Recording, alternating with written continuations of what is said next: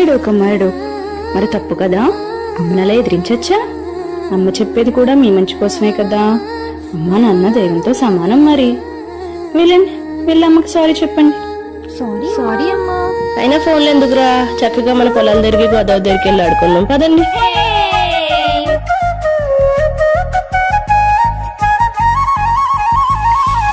పారే గోదారి గల గల నవ్వే నా దారి, చుట్టూ పొలమాది మిల మిల చూడవే చిన్నారి.